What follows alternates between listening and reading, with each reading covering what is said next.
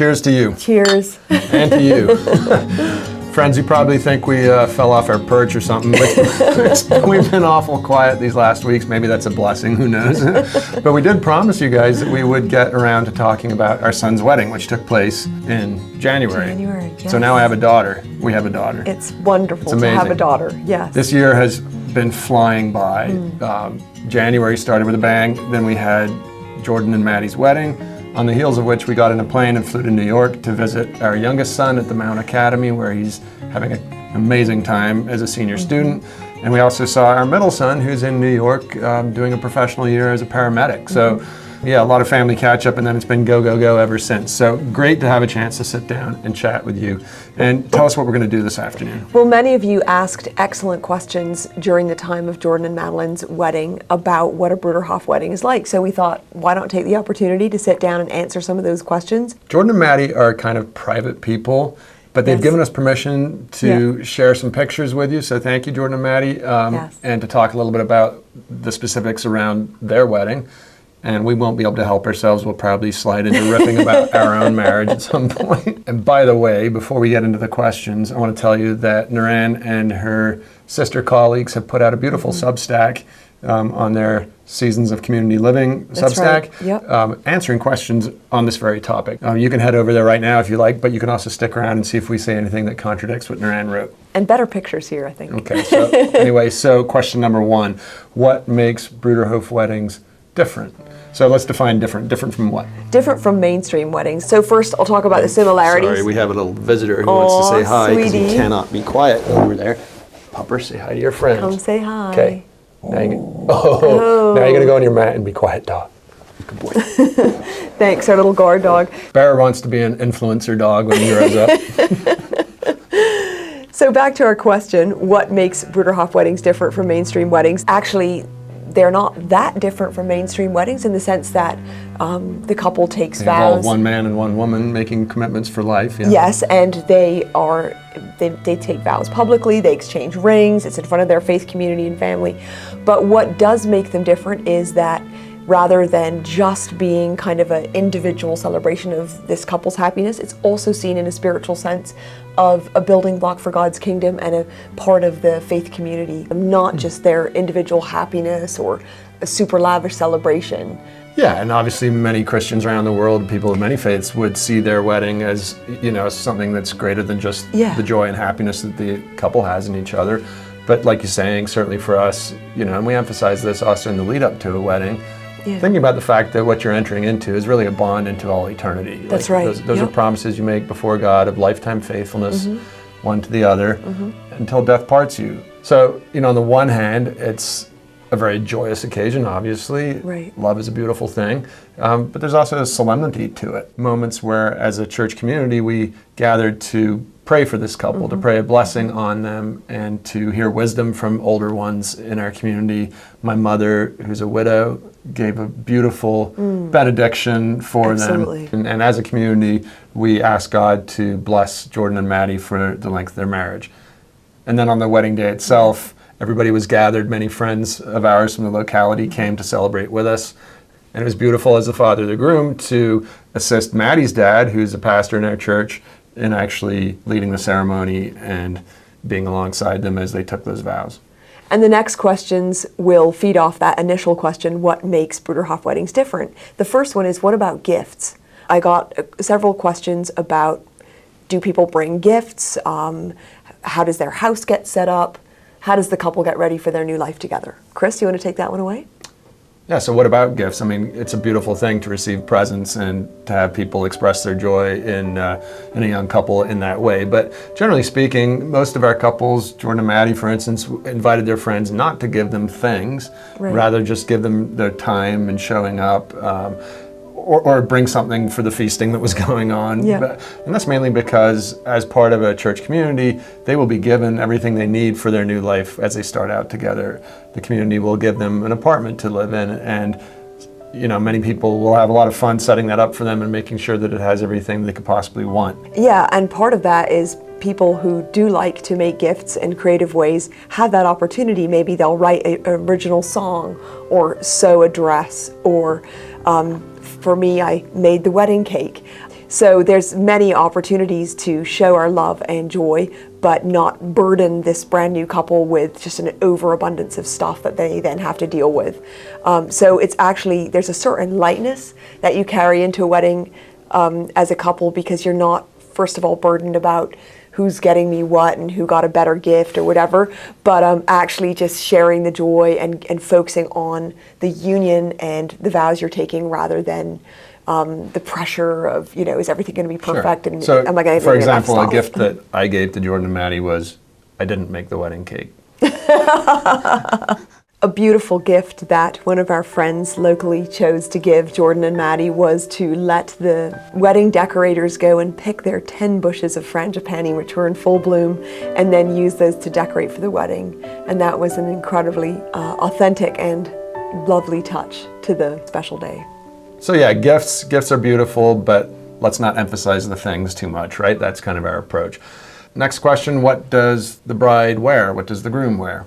So great question. The bride will usually wear something light or white, and it will be in the similar style to what we wear every day, but it will obviously be a special dress, and it will often be repurposed from another bride that's a good friend of hers. And in my case, I got to wear my stepmother's wedding dress, which was a really beautiful gesture and something that I cherish to this very day. And it's similar for the groom, I think. Yeah, I mean, the guy's, going to wear a nice shirt and hopefully a nice clean slacks or something. And in Jordan's case, he wanted to wear boots, in keeping with his cowboy demeanor, which he brought home from the Northern Territory. There was definitely a boots theme happening, I think. I did not wear boots. I don't own boots. Another question that I got a lot during the wedding time was, do you guys have a big reception? What happens after their wedding? Is there dancing, feasting, celebrating? And actually, yes, there's a lot of dancing, feasting, and celebrating, but actually that happens throughout the week prior to the wedding. I don't recall there being much dancing. At our wedding, there was. At our wedding, my mom did the Charleston. Yeah, she did the Charleston. Yes. That's true, but I guess there was maybe some wedding dancing going on for Jordan and Maddie that I somehow managed to avoid. I have 2 left feet. You do not just want to avoid see me dance. dancing No, at I all do. costs. I was going to say, we don't. No, the answer to the question whether or not we have a reception is no. We have lots of receptions. Yeah. We're very receptive to receptions. Yes. So throughout that week, almost every evening, every evening, Yeah. there was something going on for the couple, either sponsored by them and some of their friends, or things that the community was doing together. And it was pretty special to see all that energy lavished on them, and by extension on our family. And one of the gifts of a community wedding, like I said before, is that it's shared out. The burden of the wedding is shared out. And we were assigned this little team that did all the catering for the entire week. And that meant that the couple could focus on each other, focus on their friends. We could also just relax and enjoy the wedding and not stress about details. And it was really beautiful to celebrate with so many friends and family from not only from our community here, but in the neighborhood. Yeah, and back to that first question, I do think that's also a point of distinction.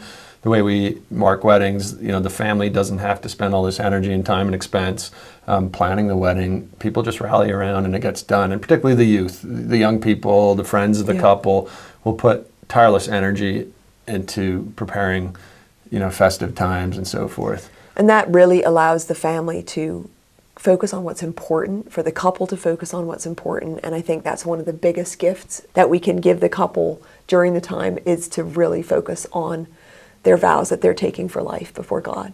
Right. So we made sure, for instance, or Jordan and Maddie made sure that every evening they also had time just to withdraw in prayer and focus their hearts on what they were embarking on. Let's remember, folks, that we do take chastity before marriage, also within marriage, very seriously. And so for a young couple, the emphasis is really on their relationship to Christ first and foremost, and deepening that.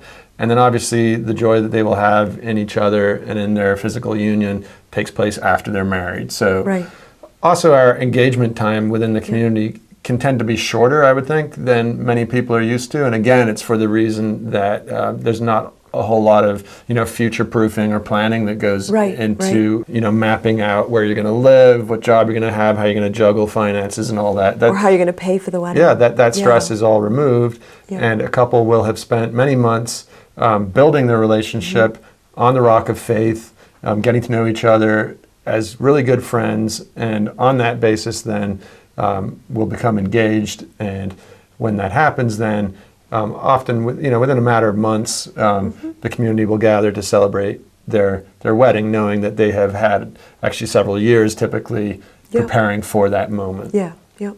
So in closing, Chris, I have a surprise question for you. Okay. When reflecting on Jordan and Maddie's wedding, how did you respond to it? What are your takeaways? How are you feeling about it?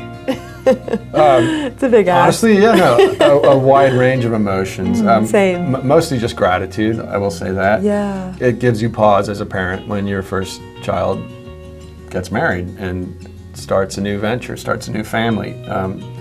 I think a big thing for me, Maddie's going to think I'm mushy, but like the whole idea of getting a daughter out of the deal was massive.